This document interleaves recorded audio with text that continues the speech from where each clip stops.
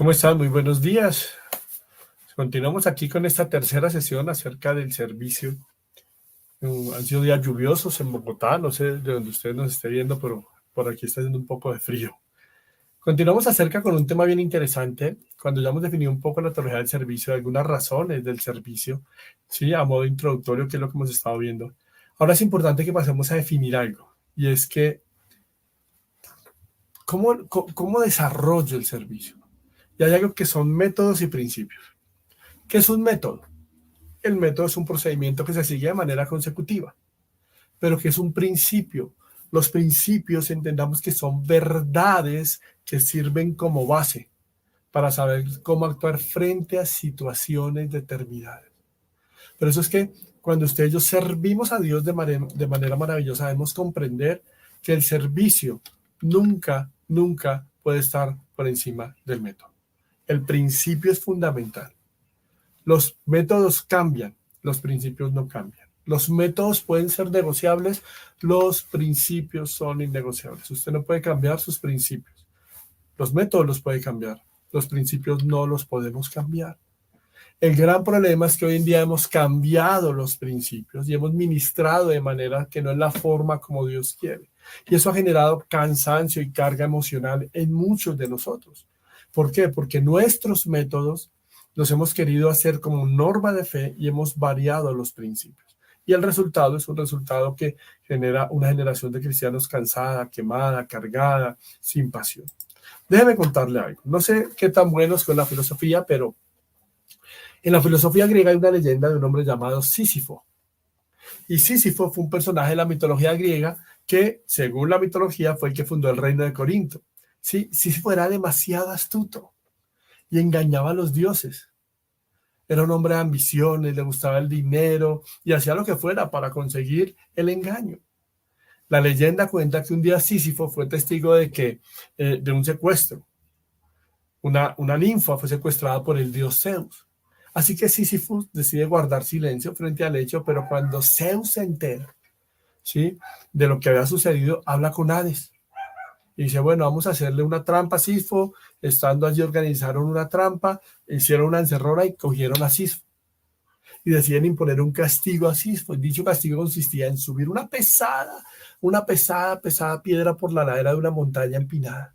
Y cuando estuviera a punto de llegar a la cima, la gran roca caería al valle para que él nuevamente volviera a subirla. Y esto lo repetiría por toda la eternidad. Entonces, eso generaba un desgaste en su labor y es lo que a muchos les está pasando hoy en día. Muchos cristianos hoy en día tienen un desgaste en su labor porque estamos llenos de métodos, de estrategias, pero los principios nos han cambiado. Partamos de una base hoy. Los métodos son muchos, los principios son pocos. Los métodos pueden cambiar, los principios no cambian. Porque los métodos funcionan por principios. Y los principios bíblicos son los que van a generar en el ser humano el carácter de Cristo, la salvación, la evangelización. Entonces no podemos tomar un método porque a alguien le funcionó. Eso es ser resultadistas. Los ministerios de servicio se edifican sobre métodos. Sobre principios, no sobre métodos habilidosos. ¿Listo? Entonces tengamos siempre eso muy fuerte. ¿Cuál es el gran problema de nosotros no gobernarnos por principios, sino por métodos? Que entonces levantamos ministerios por imitación y no por encarnación. Un método por imitación, ¿cierto? O un ministerio de imitación es el que busca a otra persona y le imita en todo porque le funcionó. Por encarnación es que nace del corazón, lo apasiona. Claro, podemos tener referentes, podemos tener arquetipos, personas que decimos es de esa forma y lo quiero hacer de esa manera. Pero Dios es un Dios personal que se revela con cada uno de nosotros de forma personal. Y dice la Biblia, porque Dios es el que produce en vosotros el querer como el hacer por su buena voluntad. Entonces nuestros ministerios deben ser ministerios que estén movidos es por encarnación y no por imitación. ¿Qué es lo que está diciendo el apóstol Pablo?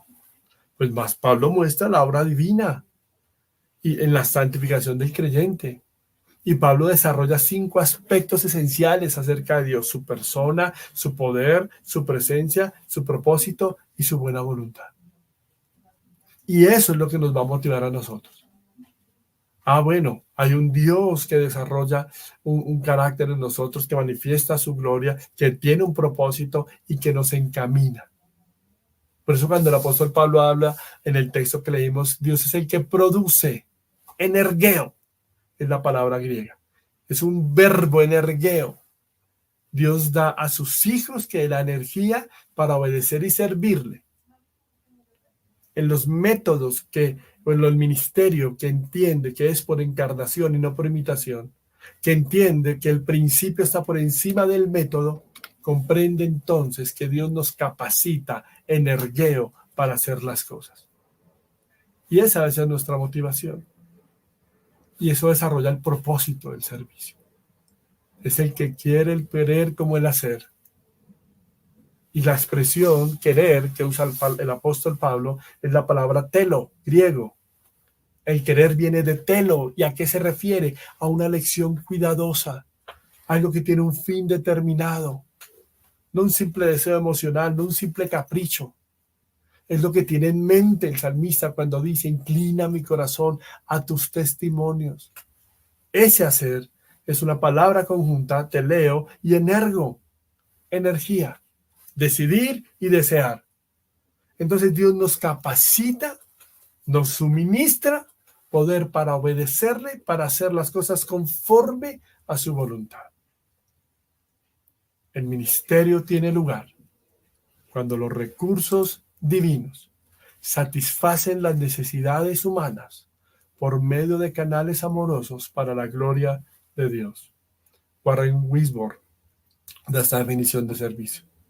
El ministerio tiene lugar cuando los recursos divinos satisfacen las necesidades humanas por medio de canales amorosos para la gloria de Dios. Que el Señor nos ayude a cumplir el ministerio de la forma como Él busca. Dios les bendiga para todos.